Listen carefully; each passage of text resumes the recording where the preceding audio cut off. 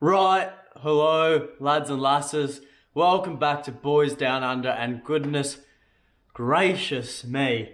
Seriously, honestly, why is Celtic the most nerve-wracking football club to follow in the world? Honestly, for 90 minutes of football, I was there sitting thinking Celtic have just blown the biggest blessing ever given in the title race, you know?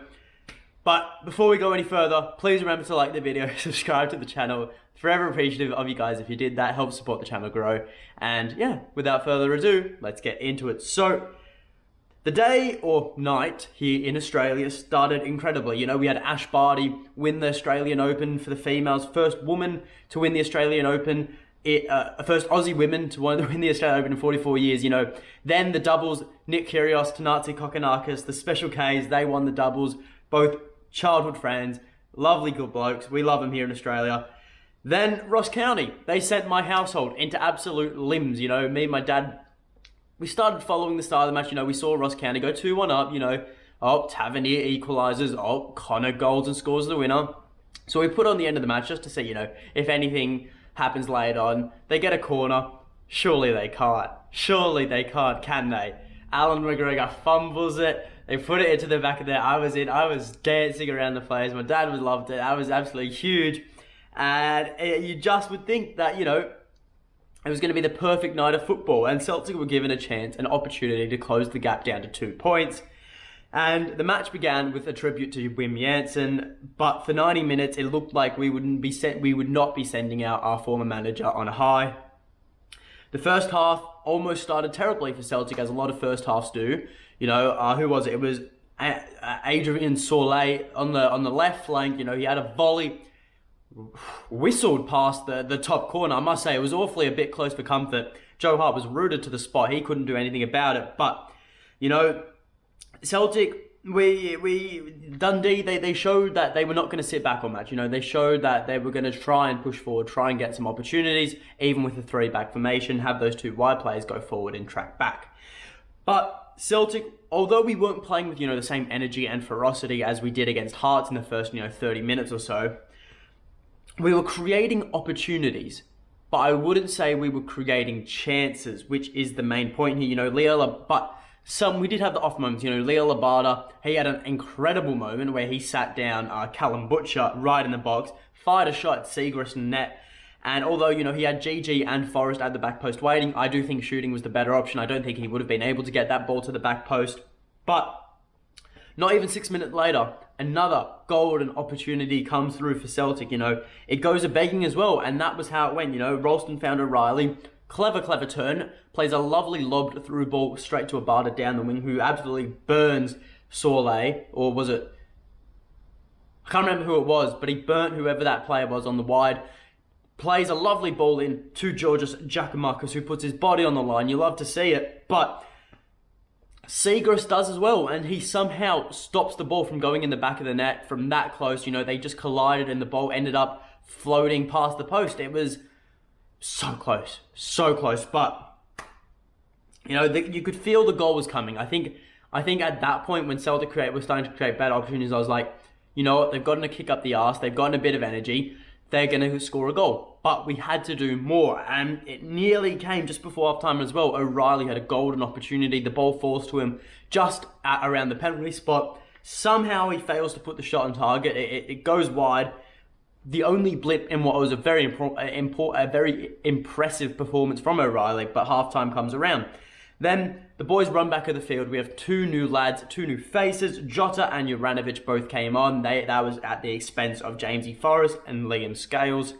But Jota made an instant impact, you know, floating a lovely ball in for the 6'2" O'Reilly, who had a glancing header. It was creeping in the bottom corner.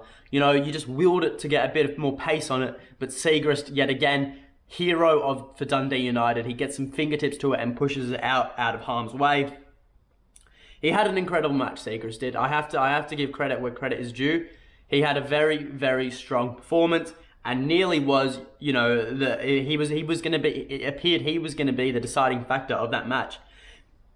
But from then on, Celtic, we really didn't do anything, you know. We kind of took the foot off the accelerator. The life had been sucked out of the football we were playing.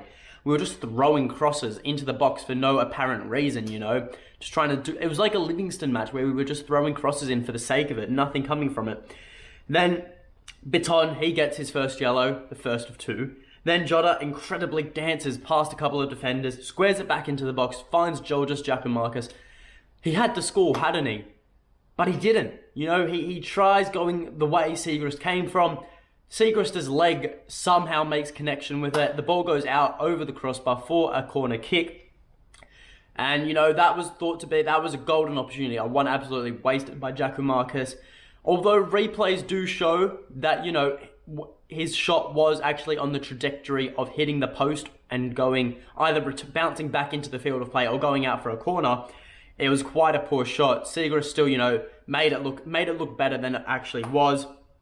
And it just seems like we were going to pass on the opportunity to close the gap to 2 points. You know, that's how I felt. I didn't feel strong about it. I felt like it was typical Celtic, you know, passing on a golden opportunity.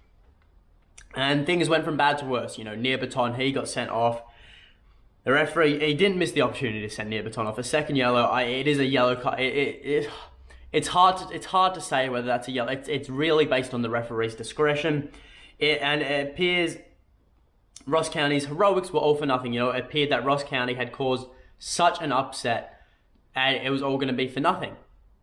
But Carter Vickers, he finds a very pacey Josip Juranovic running down the right flank, plays it forward, a short ball up to Jota, uses his pace, goes forward, taking it to the byline, puts in a cross that is just up in the air, and it starts dipping and dipping and dipping, and it finds a backtracking Liel Abada, whose first touch does not fail him. I know, shocker. And he plays it and absolutely smashes it past Siegrist in net, 2 yards out from goal. He scores the winner in the 90th minute, and Celtic Park went into absolute pandemonium. I was absolutely gassed. I was loving it at the moment. Liel Abada, the hero, someone who has copped so much criticism this season. You know, he started off great, went into a slump. Everyone wanted him dropped. He's came back with some newfound form, and he has won the match for Celtic and secured an absolutely massive 3 points. No one can tell me that 3 points is not absolutely massive. When all hope appeared lost, Abada saved the day. And, you know, I said before the match, I do not care how we win. I don't care how we win. You know, we're in a league, we're in a title race, we're in a 2-horse race where every single point matters. You know, it doesn't matter how you get it, as long as you get it. And that is what Celtic did today. In the grand scheme of things, this could be the most important day of football out of the whole season. You know, Rangers dropping points to Ross County, of all teams. We are locked in a deadlock for 90 minutes. We appear to be dropping points as well. We find the 3 points. We close the gap to 2 points. Equal matches played. No games in hand, and an all-important derby on Wednesday and Thursday morning for here in Down Under. But let's continue to focus on the now, because I'm sure the build-up to that match will be absolutely immense. So we need to focus on what's going on right now for Celtic and what we can take away from the match. Firstly, Abada and Jota have to start against Rangers. The latter is obvious. You know, Jota, he got the assist for the winner today. He could have had a couple more if Celtic could finish their dinner and Siegrist wasn't in net, but he created so many chances for Celtic. You know, he was absolutely the X factor. We need him to start. And I said before the match, I posted on my channel the lineup, and I was like, I 100% back at Angie resting Jota. We don't want him to get injured. You know, he was brought on at a crucial time. He proved to be the difference. You know, he assisted the match winner, and he isn't injured. So win-win situation there. Then Abada, he is a player in form right now. You know, regardless of talent, it takes a hell of a lot to stop a player who is on form. You know, he needs to be on the right wing against Rangers. You know, it happened, you know, in the first derby of the season, he was quiet. You know, and that started the downfall of Liel Abada's form for Celtic after, you know, impressing 3-4 weeks. But it seems different this time. It seems he is now consistently putting in absolutely incredible numbers for Celtic. You know, the match winner, you know, he scored some crucial goals for Celtic recently. I think he's in form. I think put him up against Borna Barisic, he will win that battle. If on current form right now, Liel Abada wins the battle between him and Borna Barisic.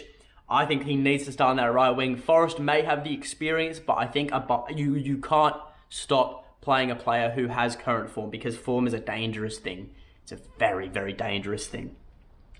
You know, but the other argument is that if Daizen Maeda somehow, you know, makes a miraculous but miraculously makes it back to Glasgow in time for the match, I'm not sure what happens then. But, you know, if we're going to focus on right now on who we can confirm will be in taking part in this derby, it needs to be a front three of a front. The two wingers need to be Jota and Abada, without a doubt. And I can see the argument for Forrest, but I personally believe it has to be Abada. Secondly, the future is bright at Celtic. I couldn't go this whole match review without talking about 16-year-old Ben Doak, academy player at Celtic. He made his debut today. He was born on the 11th of November in 2005. He hasn't even been 16 years old for 3 months yet. I'm young. I'm not even an adult yet. And this lad is still over a year younger than me. That is absolutely incredible. And he is playing at a packed-out Paradise and making his Celtic debut.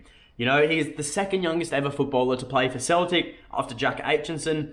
And albeit I haven't seen much of him, but he must be very special if Andrew's choosing him over, you know, a host of fullbacks and wingers in Tommy McIntyre's B team. You know, apparently reports are saying he's on Liverpool's radar. Hopefully we don't lose him to Liverpool. I don't want to see him go. You know, Celtic are trying to keep him at the club. He isn't even on a professional contract because he's been too young to sign one. So Celtic are trying to get the deal done there. Hopefully we can keep him at the club. Obviously, you know, it's great to see not just him, but other youth players. They are getting their chance to impress in the first team, and Andrew's providing an environment where they can do so. And it takes a lot of the pressure off them, and they're just able to, you know, play their game and do what they feel is best. You know, we've seen Moffat debut, we've seen Joey Dawson debut, and now Doak. The future looks bright for Celtic, I can't lie. And there's a host more players in that B team and in the academy in general who certainly we could see getting starts or getting minutes later throughout the season. Now, the third and final thing is bring on the derby.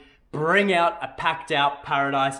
I welcome the challenge. I'm not going to get ahead of myself just yet and say we're going to absolutely win this match, but I am bloody confident. I can tell you that much. And every Celtic fan out there should be confident as well heading into this match. The only blip, I believe, is that Nir Baton is suspended.